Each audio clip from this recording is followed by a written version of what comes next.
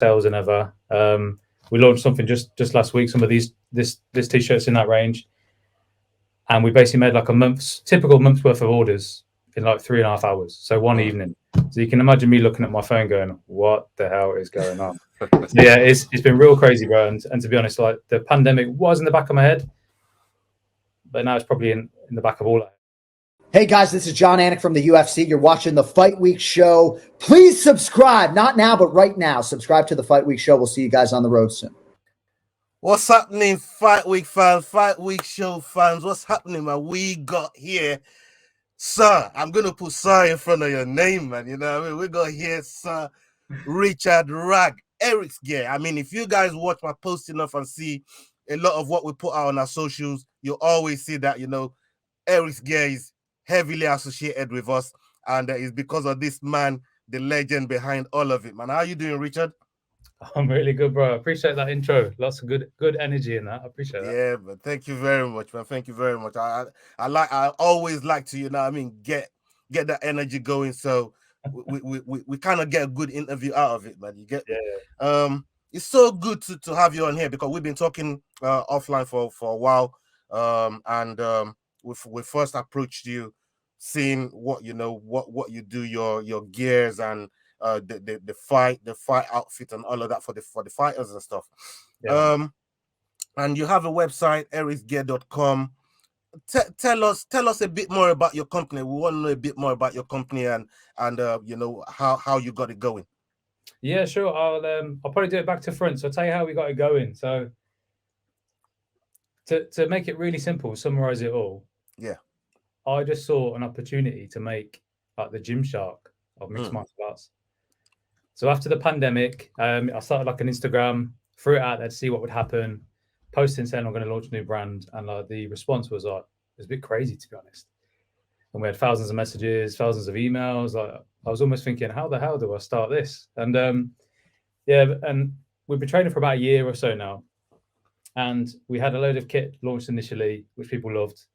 We didn't have any fight shorts to start with, so we launched those a little bit after, and that really propelled the brand. It went kind of crazy when we did that. But yeah, I launched it because I saw that opportunity to launch a massive MMA brand. There was nothing really out there that I was quite inspired by or excited by. I train myself as well, probably not as much in the last year. We just had another baby, but yeah, like I've had a mad passion for the game for quite a while, and yeah, it just felt like the right time to launch something with MMA. I chose clothing. I mean, you mentioned starting in the pandemic, because that was a crazy time for everyone, especially launching a new business. Like, how stressful was that for you? Like, just even having the balls to and the braveness to even go into something like that at a time like that. How much of that you know, affected your decision making with all of that? Yeah, it was always in the back of my head. Even after I'd launched, there was talks about like going back into lockdowns again. And I think we did once or twice. There was loads of restrictions on gyms, so like gyms couldn't fully open for all their members. It was just like pros or something at some points. Yeah. And to be honest, bro, a lot of it feels like a blur. Like I feel like we just tried it, and whatever challenges came my way, like they didn't stop us. I just thought, okay, we'll wait 2 months for the lockdowns to come off again, and then we'll go again. And we just started really small, so it was just like I was only ordering like a couple hundred shirts, and I was planning to sell them over sort of 6 months. They sold a lot quicker than that, so I was quite lucky. But I didn't go like massive. I didn't remortgage my house, take out huge loans. I thought I'll approach this in a real small, like staggered way, little baby steps. And every couple of months, if it works, keep going. And yeah, we're just over a year down the line, and yeah, busier than ever, more sales than ever. We launched something just last week. Some of this t-shirts in that range, and we basically made like typical month's worth of orders in like 3.5 hours. So one evening. So you can imagine me looking at my phone going, "What the hell is going on?" So yeah, it's been real crazy, bro. And to be honest, like the pandemic was in the back of my head, but now it's probably in the back of all our heads. We've forgotten about it, moved on, we've got through it. But yeah, I was quite blessed that what I launched worked. Got quite lucky a few times. Incredible. I mean, coming into this space, you've got to be somewhat a MMA fan, you know, especially with the people that you have to deal with on a daily basis. What got you into this this crazy sport in the first place? Yeah. So I'm 35 now, right? But when I was a lot younger, and I was like sort of in my early teens, my dad made us to go to some kickboxing lessons, and my brother was really good at it, and I wasn't really into it. I didn't really have the confidence to go do it. And after a little while of going, I did build my confidence. And just for one reason or another, we just fell out of love with it at that age, and we went off to play football, probably chasing girls and all that things you do as you're in your teens, yeah. As you do. And I got back into it way later in life when I was about sort of 26, and I was handed a flyer on the street, and someone was like, "Oh, the kickboxing class is launching, new gym, and there's going to be MMA seminars, jiu-jitsu seminars, and all this." And I thought, do you know what? I used to love doing this as a kid. I'm going to just give it a try again. And I got back into it, regularly training for sort of 2 or 3 years. And I just loved it. And I only ever did it for fitness. I only ever did fitness. And I had a job traveling all around the UK at the time. So I'd pop into different gyms around the UK. And this is before I started anything like ERYXGEAR. And this was a couple of years ago now. And this was all just like, I love doing it. It's fun. And I get so much out of it, like physically, mentally. And it just humbles you as a person. Because if you've got a big ego and you think you're bad and you walk into a gym and your first sparring as a beginner, you're gonna learn quick. Oh yeah. Yeah. So yeah, I just love it myself. And then I'm always in my circle of friends and my family and stuff. I was the one who was going, right, we need to stay up on Saturday to watch this mad card at 4 a.m. in the morning. It's over in Vegas. These are some of the fighters, and everyone will be looking at me going, "What is wrong with you? Why are you so obsessed with this?" Then they watch the card and go, "I get it. Okay, we're in the clique with you now. We watch MMA." So yeah, I was always trying to get friends and family into it. Massive fan of it. Still am. And I think now more than ever is the best time to be a fighter, be a coach, a gym owner, be a brand, and be a fan of MMA, because it's absolutely blowing up.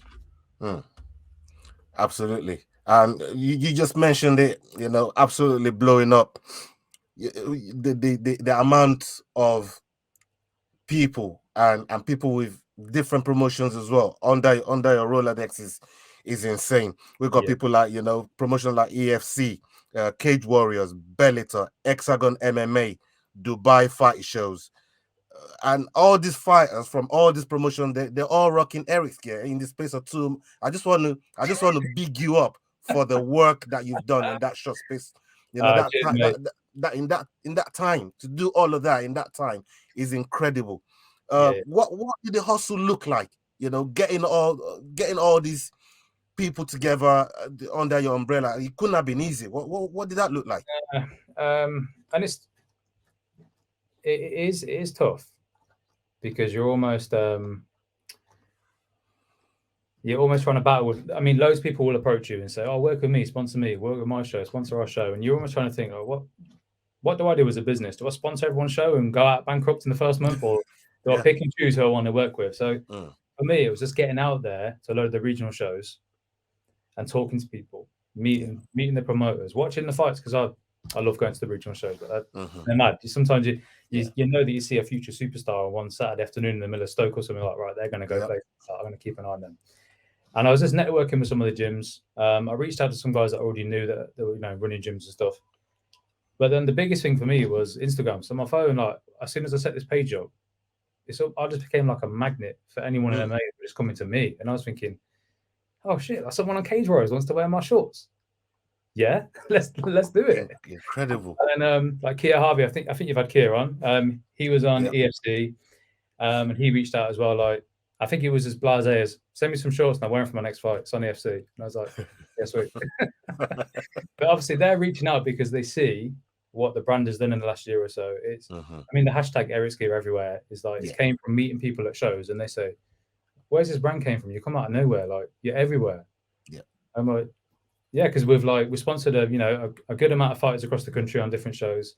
People are reaching out to us on the more bigger shows like Cage Warriors and EFC, for example. And yeah, once people see it in 1, 2, 3, 4, 5 places, they're like, "Do you know what? I'm missing out on something here. I want to get some of this ERYXGEAR."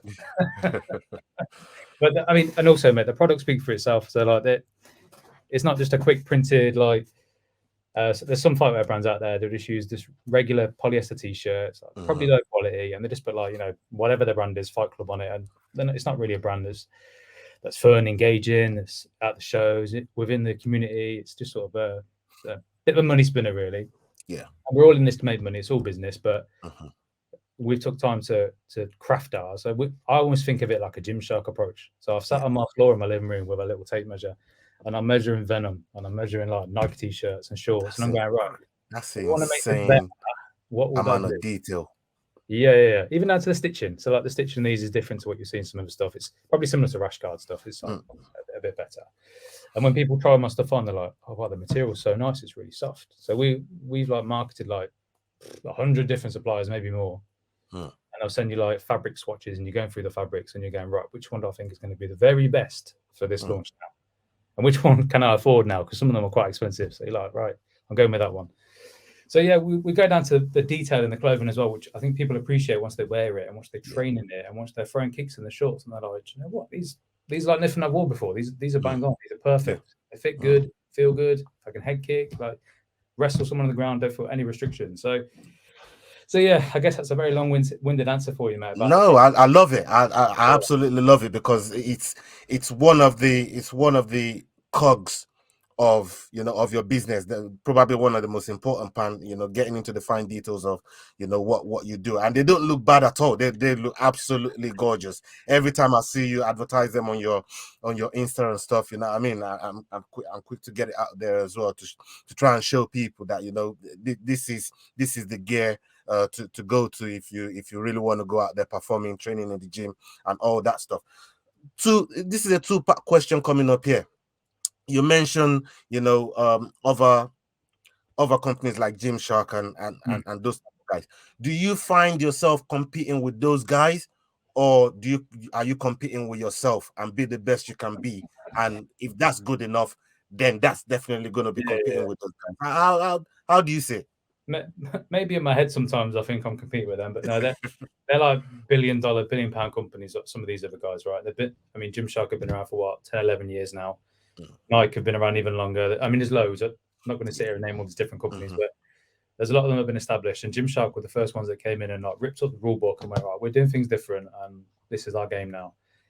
And they hit gyms at a perfect time where, like, if you think back 10 years ago, there wasn't a pure gym on every corner in every city centre in every city in the UK, or every gyms as well. It was quite like there's a niche amount of gyms around. And not everyone was into the gym either. Now everyone's into the gym. Everybody. Yeah. Fitness. It's gone crazy in the last decade. I think MMA is going to do the same for the next 10 years. So I think there's going to be 10 major MMA gyms in every city. Imagine that. Imagine the shows of unbelievable wealth of talent across the country. Be crazy. Everyone that's been inspired to get into this sport by all the superstars from England that are coming through. Like, the sport is going to absolutely explode. It's unbelievable. But yeah. But as we know, the sport is still very, very new. It's still a very new sport. So there's still room for growth, room for improvement, and room for the people that work within it to grow and expand as well. Yeah. But to answer your question, I was going to go on to the next bit. Was I do look at some other brands for maybe inspiration. Yeah. So I mentioned a few big ones there. I'll look at the small ones as well. I'll see what they're doing on Instagram. I'll check their websites out. I'll see what their photography is like, and I'm right. They're doing that really good. I'm going to take that and do it better. I'm going to do my photography just like Gymshark. My website's going to be just like Boxraw, or whatever these brands are. So I use them for inspiration, but I definitely don't see anyone that might be in my way or it's going to stop me. Because to be honest, I see it as I'm the only person that can stop me. I see it as you versus you. You see that all the time in sport as well. If I want to become a champion at whatever my discipline is going to be, I'm going to get me there. And I feel like that in this clothing industry, that nothing else is going to get in my way. It would just be me. For me, ERYXGEAR seems to have a unique vibe and energy that that we aren't seeing with other MMA brands. You know what I mean? And every time I always say this to you, every time I speak to some of the fighters that are associated with you. People that watch a show, they say nothing but nice things about you, right? I appreciate that. It's good, man. How has it helped the business? Because it's one thing dealing with the business in itself, but you also have to deal with the people. How do you juggle those? How do you juggle those two? So I guess dealing with the people. When I've reached out and built my initial little network of sponsored fighters or gyms or shows that I'm working with. it's all in like a business relationship. Yeah. So the fighters will get gear off me, the shows will get money off me, and I get to have like logo placement on those two people, on the shows, on the fighters. And fighters are really happy about that because they go, "I'll get that kit for free. It's fire, it's popping. I like the designs. It's good. Like everyone else is wearing it. I get it for free. Yeah, cool. I'm working with you." But then they realize I'm just a regular person as well. So I just go out there and be me, mate. Like I there's no front to me. There's no like hidden agendas. I'm upfront and honest. I'm happy for anyone to go work with anyone else, any other brands. Doesn't matter. I know what ERYXGEAR are doing. I know the journey we're on. Same for the events as well. You'll see like a canvas with maybe 2 or 3 clothing brands on it on some of them. Yep. But I can guarantee if you ask people in the crowd, they know which one ERYXGEAR is. They're not sure about the others. But that's just because we're everywhere. We're out there meeting people. We're talking with people. We're at the shows. We're at the gyms. We're doing media. We're launching new kit every couple of months, which is like a bit of a crazy schedule, to be honest. But it's working, so we're going to keep doing it. That's insane. That's insane. And your logo just stands out. Like that logo, you don't have to look at it twice to know exactly what that is. You know, it's just genius. Absolutely genius. And the people that I've chosen to work with, 99% of the time, they've all been like amazing people that have said, right, I've got other contacts for you, or let me get you involved with this gym, or I know a really good photographer for you. So it's certainly not just like me building this crazy network and doing it all by myself. All the people that I'm working with are just as helpful to me as I am to them. So yeah, really grateful for them as well. Really good guys I'm working with now. Absolutely. So what does the future look like for the company over the next 5 years? Mate, the future is the company. I'm telling you. Next couple of years is quite hard to say, but if you say like what we're doing for the next couple of months, I'll give you that. So yeah, please. Just launched a massive new range, which is a lot of the training tops and the MMA shorts, compression gear. So everything really that's around MMA. We're launching another Muay Thai range in October. So we just ordered a load of cool new shorts. I put a couple of sneak peeks up on Instagram the other day, and like the messages went wild. Like, can I order these now? Like, so I know them designs are popping as well. So they'll be out sort of October time. We're also going to launch a women's range. So I kind of got a bit impulsive one night, but I tapped up about 10 of the best amateurs and pros, females across the UK, saying, look, I want to do something really cool. I don't think there's a real big brand out there that's doing it for women's wear. There's more women's fights on shows than there ever has been. Let's get you all in one room and do some really cool media. Let's make the best clothing we can possibly make and get them involved in like the design phase, testing phase, and just go, right, let's make something that's going to smash women's wear. So we'll be a men's and women's brand, hopefully before Christmas, and we'll have that range out as well. And I want to then move on to sort of leather goods, so like the gloves. I've had some samples in recently for like MMA gloves. Colours are really nice, as you'd imagine. They're just the standard colours. So yeah, they're really nice, eye-catching stuff. So that's sort of the ranges. We're going to expand into, women's, do more Muay Thai, get the leather goods out there. And then April next year, I want to do a leisure wear brand. So like your trackies, your cotton t-shirt, it's like the socks, all of it, right? Because I think that's probably what I'm missing as well. Because I wear these things all the time. I've got so many of them. I can just training tops around the house, but I do like to wear some of the cotton stuff as well. I like a good, in commentary, everyone likes to wear joggers and Air Max. Yeah, that's true. Yeah. So yeah, we're into that area as well, and I think that is really going to propel the brand. So there's a lot of business in MMA. But there's even more business in like just the general market for fitness wear and casual wear. I can see like ERYXGEAR in like JD Sports in a few years. I can see it in like one of those big retail brands, and everyone sort of then knows about it through one of those avenues. But yeah, still going to work with like that was one of the dreams, mate. I mean, if they want to do business on here, but it doesn't have to be them. It can be whoever's in that number 1, 2 spot. But going to continue to work with amateur shows as well. So. Yeah. We've upped our, well, we're going to up it with all of them, but we've upped our deals with Battle Arena. So the logo is going to be way bigger this time, because when I first did last year, we just chose the cheapest option, and I really wish I didn't. I wish I put more into it last year, but anyway, so that's going to look a lot better going forward. We're going to do lots more things for like Fight of the Nights, do giveaways, especially if there's like a really good knockout or really good submission. We want to reward those guys. We want to get some gear to them. I think that's, again, something that we should be doing as a sponsor of a show. So we're working with Battle Arena, of course. Almighty Fighting, they're sort of a bit more up north, so they do a load of shows across the sort of north of the UK. we're going to do some more stuff with them as well, and they're running the next show, I think November from memory. Yeah, probably around November. Victory Kickboxing, wicked show. I love kickboxing. It's probably one of the quieter sports in the UK, to be brutally honest. Yeah. But they run like a really high level, slick production show, which is just full of the amateur kickboxers in the UK. I think they'll be leveling it up to include pro cards very, very soon, because the way they're growing is like insane. And they're really good guys to work with as well. I really like them. And we're also doing a Muay Thai show up in Liverpool, Inferno. So it's a fairly new show, I think. Nice. We did do the last 2 shows, and we provided them like the main card with some kit. But this time around, we're just going to give the full card, our new range, and do giveaways and prizes, and we'll see whatever cool stuff we can do. Like in the back of my head, I'm thinking like, trying to do something a bit crazy with like a t-shirt gun and firing stuff into the crowd and getting a bit of hype going. I don't know. Yeah. There'll probably be better ideas out there, but yeah, we're continuing that, mate. And then we're in talks with some major shows as well, like UFC Fight Pass shows. I like that. Everyone knows this already, but we're talking to the PFL as well. Yeah. Essentially a kit deal with them. That's been out there a little bit. So we'll see if we'll make that work. But again, number one thing is grow ERYXGEAR. Yeah. If we can have those opportunities, they'll be there. Let's do it. If not, we might be doing it a year or two's time. So yeah, there's absolutely loads going on, mate. We're not slowing down. Fantastic. I mean, you just mentioned a few, promotions out there on the regional scene. Even golden ticket promotion. That's a good promotion there as well. But I want to shift gears onto how you see and maybe your selection process into some of these fighters that you pick and prospects as well.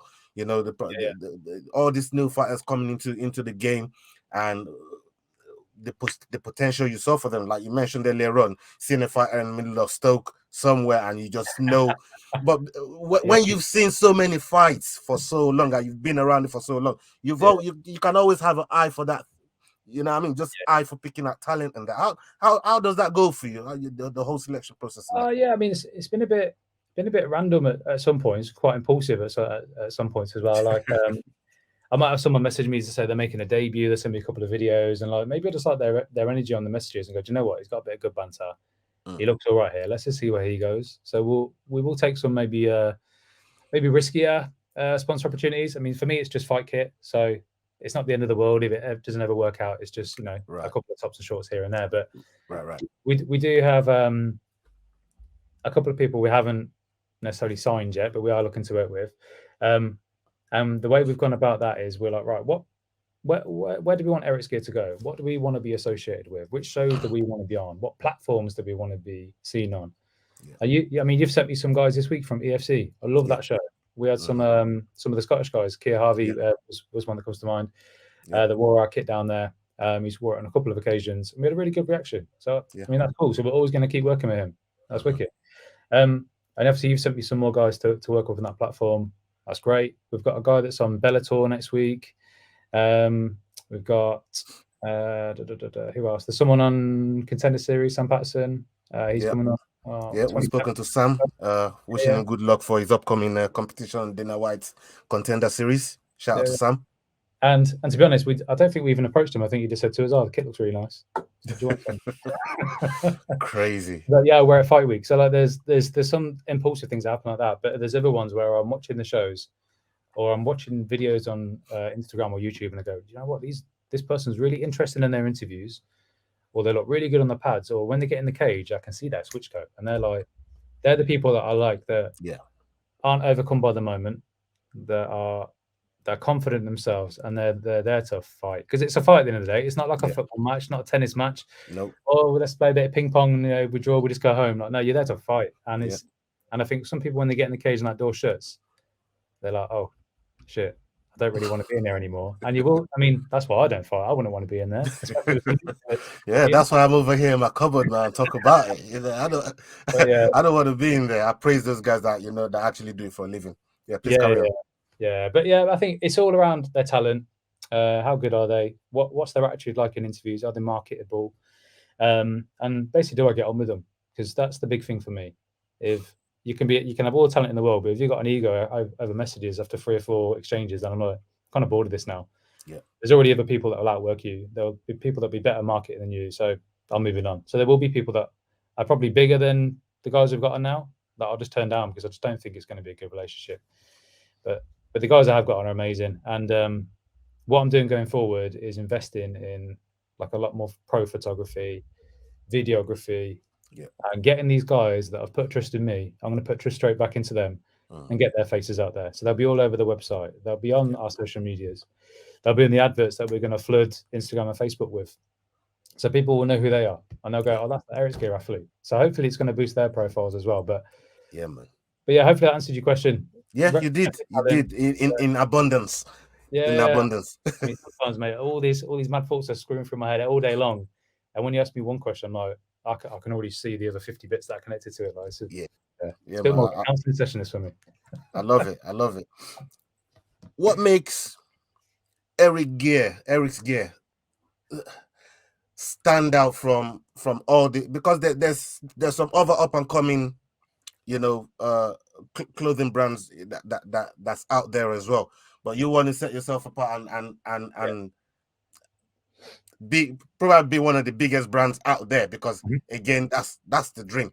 But right now, what's setting you apart from these other guys that's probably competing for the same sort of fighters that you're trying to get? Yeah, it's you know what, it's hard to actually articulate, but I definitely think there's a big community feel about ERYXGEAR, because started through Instagram, made a load of sort of Instagram friends that put us in touch with more Instagram friends, and then we were just all meeting up at shows, and it felt a little bit like the Gymshark thing from 10 years ago. And I keep referencing Gymshark because I feel like it's very similar. Yeah. And obviously they've done massive things and they're a big inspiration, but they did a very similar thing where they're inviting like gym influencers to their stands before even influencer marketing was a thing. So that's how they sort of did it. But yeah, I think there's definitely a community feel. I think people want to be involved. I myself am at a lot of the shows as well. So people come and see me, some are just a regular person. They can see it's not a huge brand with a massive warehouse and stakeholders behind it that just want to make money. They do see that it's just, you know, a one-man band that's trying to run his dream, really. So I think people buy into me just as much as they buy into the clothing as well. So that really helps. The product, I think, is better than everything else out there. Everything. And I've got friends that have got other fight brands that I talk to a lot, but I still think mine's the best. And you have to think that way. You have to think you're number one. 100%. If you think for any second there's a doubt, am I number one?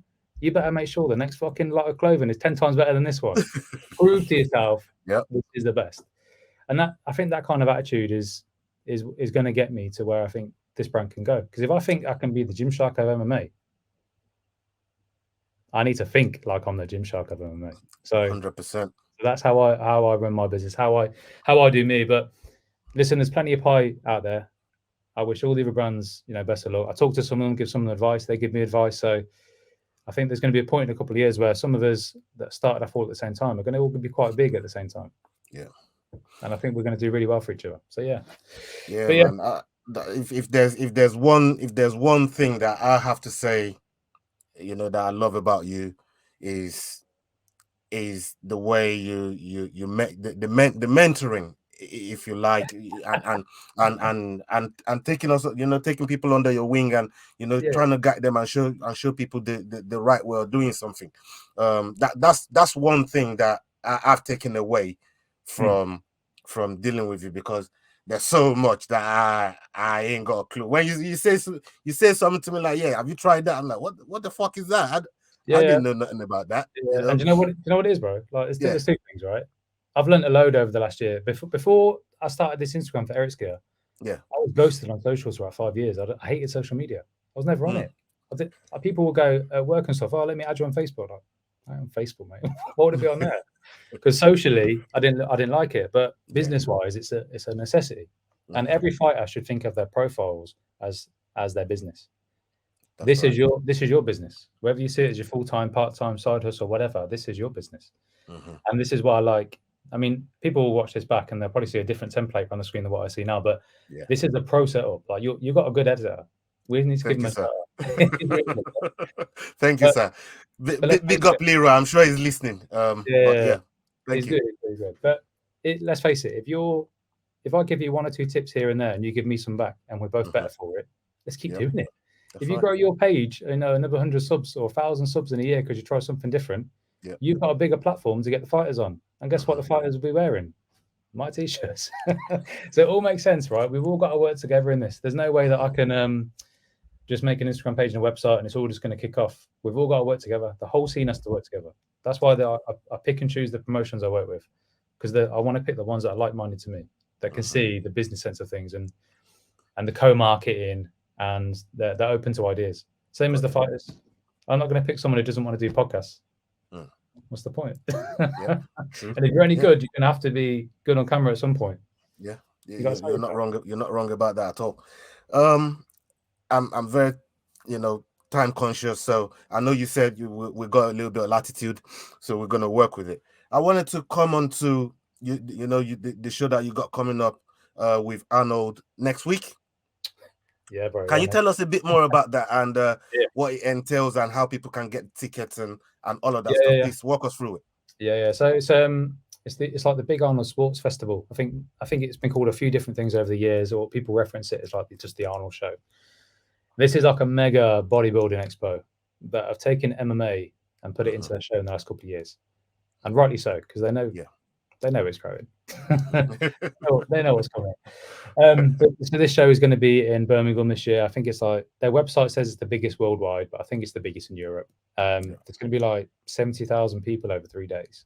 Wow.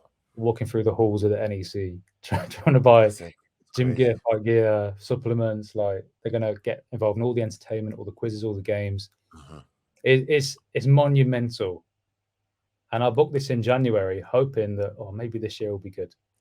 And boy, has this year been good.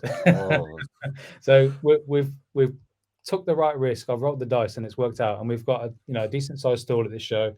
We're going to have all our new range on display. What else is we're going to have some games and giveaways and stuff as well. So it is going to be interactive. And it's just an opportunity for people to come and meet the people behind ERYXGEAR. So I'm going to be there. Some of our sponsor guys are going to be there. Some guys that have been there from the very start as well, which is quite special to me, that they're still around, a year and a half later, and they want to come help out at the first stall wherever they're doing. So yeah, a little bit daunting, I won't lie. I've had a couple of sleepless nights waiting for late deliveries of packages, and ordered like a big neon sign to go behind us at the stall, and that was late, and I'm just like, oh my god, is any of this going to turn up? So if anyone is going to look to do a stand in the future, do it way in advance. Don't do it last minute like me. But the show is going to be massive. There's loads of there's tournaments on as well. So there's like ADCC stuff going on, grappling competitions. I don't think there's any MMA, but there is some MMA stars that are going to be there. So Mike Bisping's going to be there as like a meet and greet guest. There's going to be Paddy Pimblett, I think, as well. And then, being brutally honest, a load of bodybuilders that I don't know, don't follow, and I don't have a great deal of interest in. I'm MMA. So there's going to be an area called the Combat Zone. We're going to be stand B576, I think it is. We can tag it on it if you like. And I'm going to be marketing like crazy for the next couple of days until we're there. So it's over Friday, Saturday, and Sunday next weekend. So yeah, if you are going, by all means, come and see us. We'll have some fun at the stand. Get involved in some of the games, giveaways. Come and buy some kit as well.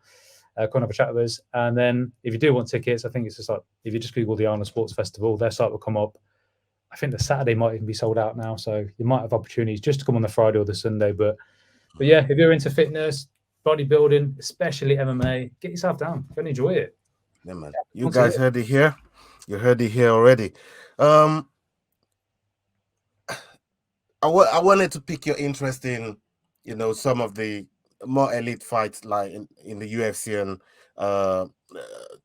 on some of the cards that's been some of the ones that's coming up. I just wanted to pick your brains a little bit on what you think might happen, maybe predictions, and maybe break down one or two of those fights if you don't mind.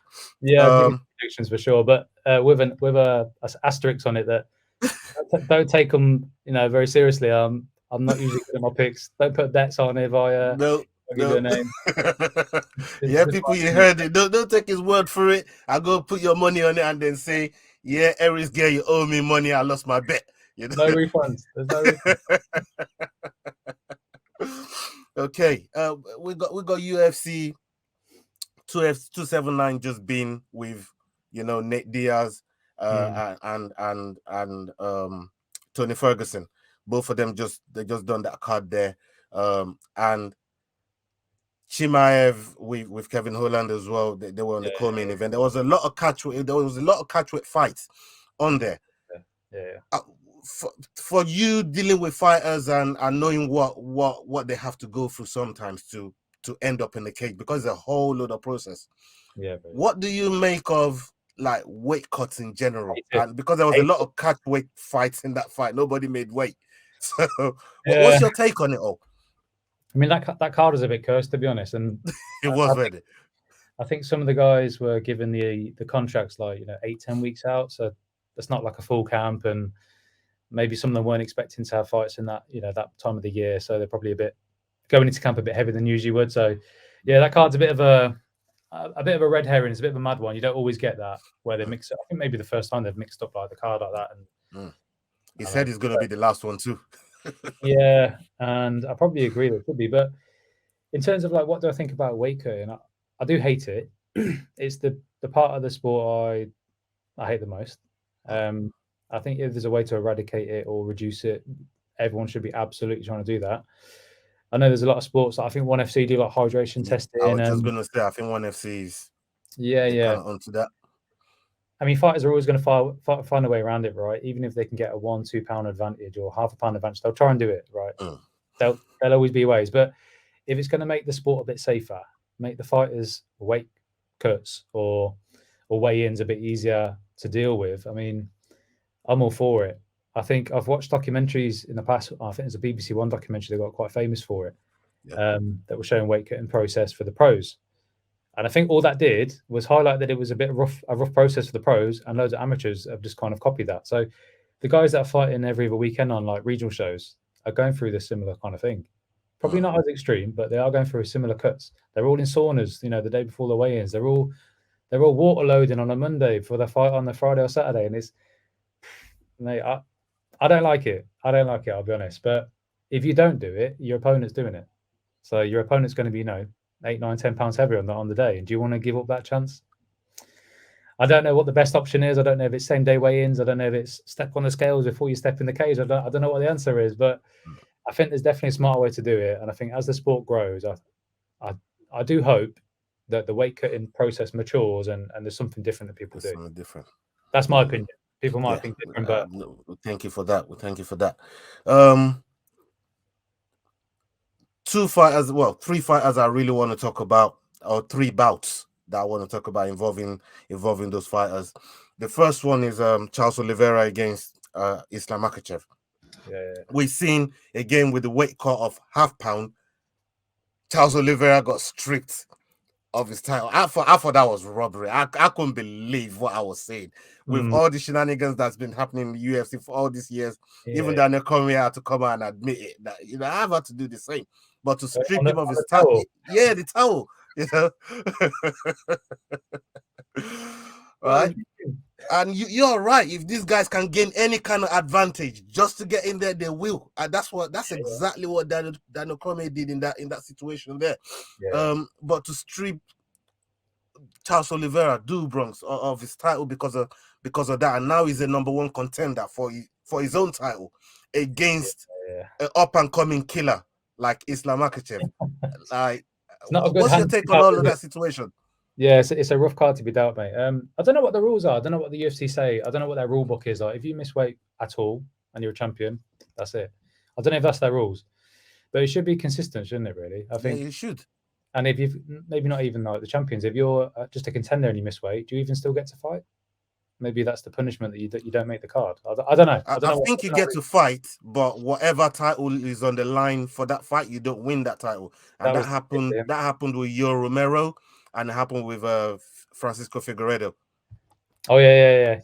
There's it's a tough one. I don't know what the rules should be, but I think maybe there should be an allowance. Like if it's just £1, then maybe you'll let you off. But then if you say that, they'll always come in £1 heavier. So that's true. I don't know what the answer is, mate, but it did feel very harsh. I think the whole MMA community reacted in the same way. Yeah. How can Oliveira be fighting that night for, even if he wins, he doesn't win the title? But it all just felt a little bit strange to me. But these are the. It left the bad taste in my mouth. I didn't like it. Yeah. It's all a bit mad, mate. I didn't quite agree with it myself. It didn't quite sit right. And you'll know that there'll be something that you go, oh, that's the rules. We've got to follow it. But there's a feeling you'll get when you watch it and you go, doesn't feel right. That feels like hard done by. And then he's given a killer to fight next. I was just gonna say, what do you think wins out of those, especially with both of their styles and stuff? What do you think wins that fight? Yeah. I don't really look at like the bookies numbers and stuff. I'll be interested to see who the bookies' favorite is, but I think Oliveira's experience and stuff.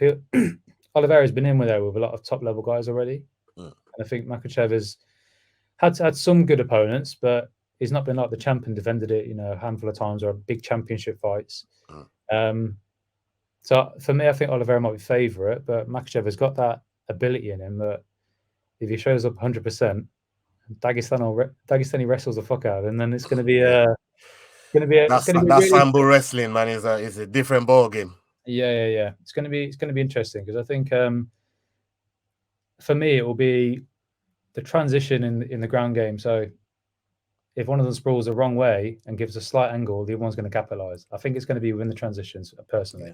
Yeah. And it's crazy. It's crazy you should mention that, because that's always been the fear factor for some of these fighters when they drop Charles Oliveira, because he gets dropped so many times, and when they rock him and drop him, they're too scared to go down there and do anything with him. So by that time, all the cobweb is shaking off, and he comes back and gets them in a mad comeback. But Islam is not one of those guys that's going to be scared to get down there and engage in a scramble and try and. I might be a real big casual here, but I can't think at the moment of a time where Makhachev's been like in a maybe close to being submitted or even in a certain hold. I can't really think of one at the moment. Doesn't really stand out. I can't think of one either. They might say in the comments like, "Oh, of course it was this fight back in 2018." But I really can't think of. The guy that I thought would have given him the most problem. That fight never happened, and that was Benil Dawush. I think Benil Dawush would have given him all sorts of problems, but that fight never happened. And I'm sure Ali Abdulaziz had a lot to do with that. Like, no fucking way. We're not making that fight. Fuck that. If we're gonna do that fight, it's gotta be for a title. Otherwise, we're not doing that. I'm sure he's got something to do with it. Maybe, mate. Maybe he's a funny character. But I love that guy. For that one. But that whole card, I cannot wait for it. Is it October 22nd or something? 20? Yeah. October 22nd. Can't wait, mate. Can't wait for that card. Right, a man that's a bit more closer to home, Leon Edwards. We saw the way he put the pound for pound king away in Kamaru Usman, and to have that journey from losing against Usman all 7 years ago and come and win it in the way that he won it, it's incredible. Now they're not talking about Wembley. He's been to London twice. He's been to London twice already this year. He loves it in England. The money is rolling in. Howler Head is selling. It's all good. But how do you see that rematch going? Do you think Leon retains, or would we see a new champion? So a couple of weeks before the fight, I saw him in Renegade in Brum. So I went in to talk to the owners, and we'll walk around the gym, and we're looking to do some promo at them in the future. And I saw him, and when you're in the presence of like a superstar, you feel it, right? So I felt it. I couldn't even speak to him because I was just like, I don't want to say anything that, like, if he loses and I said something stupid, or was it something to do with me, I just stay quiet, right? That's what I'm like. But I looked at him and I thought, he's got this presence about him. He's got the energy. And I think like he's going to do it. And I don't think it's going to be easy, but I thought he's going to do it. And I don't know, it could be the last kick on the last second of the fifth round, but I think he's got it. Just by being around him and feeling his energy. And then I watched the class and I watched him teach and I watched his techniques, his training. I thought, there's no stopping this guy. Because sometimes people have just got momentum and put the worst person in front of them, they're still going to win. They'll find the way. And they obviously seen that, where Usman was sort of, I think, moving his head, and they were drilling stuff in training. Yes, we saw the video about that. That's something that they've seen and thought, right, we're going to capitalize on that. And I'm sure watching the videos back, it was like, I think the corner was shouting like, Leon, kick, or so there was something, and then he did the move. So they obviously spotted the opportunity to do it. He wasn't winning the fight. I think he was getting smashed in those last couple of rounds. He was getting dominated. Right. And the corner were talking to him, and like his coach was like, what's wrong with you? Stop feeling sorry for yourself. Like, get out there, do what you got to do. This is your moment. And I get love his coach. I fucking love his coach. They're infamous as well. Like, they're known around the UK, definitely in the West Midlands, for being just like that. So it doesn't matter what platform you put those coaches on, they're exactly the same. They're brilliant. I like that. But yeah, so I think he probably got a bit lucky, people might say. It was that one kick, it came out of nowhere. Whether you drilled it or not, you can drill it a million times, but you've still got to pull it off. So expert kick, elite level striker, landed it just the right time, and Usman's leaned into it. Is that going to be there for the next fight? Probably not. So you've got to think that they might be changing the game plan for the next time around. But you know, the home soil makes a big, the home advantage makes a big difference for me. Yeah, I think someone like Leon would thrive in that. He's not someone that walks out like talking to the crowd, engaging the crowd. Yeah. He's quite a quiet person at the fights, I think, but I know that he'll thrive off that energy. Imagine like 70, 80, 90,000 people crazy going to watch MMA. Like, oh my god, mate, that energy would be unbelievable. I'll blow the roof off. I'd remortgage my house for the VIP on. That's going to be but I think he does it again. But I think he's got to approach the fight in a much different way, and I think his team will know exactly what they've got to do. And Usman coming over here to a hostile British crowd, mate. Good luck to him. Yeah, man. Good luck to him. He's definitely going to need all the luck, all the luck in the world to even try and move to Leon in the way, the way he's going to need to approach the fight, because everybody over here is going, they're going to be behind Leon. It's going to be a big fight, and Dana sees it already. I don't think he's going to let anything kind of interfere with that fight. As soon as Kamaru's clear to start fighting again, I'm sure they're going to want to put a date together as soon as possible. Do you know what Dana's thinking? Ka-ching! I was at the UFC London show, the first one that they came back. Yeah, I was there as well with my missus. Crazy. And I thought that day, I said to my mates, like, wow, this crowd's going to be the size of Wembley in a couple of years. And Leon has sped that process up by getting that live for sure. 100%. And it ain't just Leon. How many English people have we got on the UFC roster right now? How many have we got loads as well? Like, oh, mate. Loads. It's going to be incredible. It's a shame what happened with Tom Aspinall, but we see, we see what's going on with Molly. We see what's going on with Paddy. Ian Gary under the British thing as well. We see Arnold Allen. There's so many that they got going on right now, and it's so good to have a British champion. That trains from home. That he's not flown out to Vegas, or he does his thing right here in the Midlands. It's a proud thing, and I'm definitely looking forward to that fight down and see how it transpires. We're definitely going to be rooting for him. And you know what? The other thing is, once Usman's never been knocked out. I don't think. I think there might be sparring stories. He got subbed once. That's it. But listen, when you get to that level and then you get wiped out, and you wake up and you think, what the fuck just hit me? Like, he's got to go back in there knowing if he lands again, he's got the ability to knock me out. So I've got to be real careful. Yeah. And there's a thing where, some of the older fighters, when they get to that age, how hungry are they? Yeah. Can they come back from such a brutal knockout? That's what a lot of the commentators talk about. And I think that might play a part as well. Maybe play into Leon's hands a bit.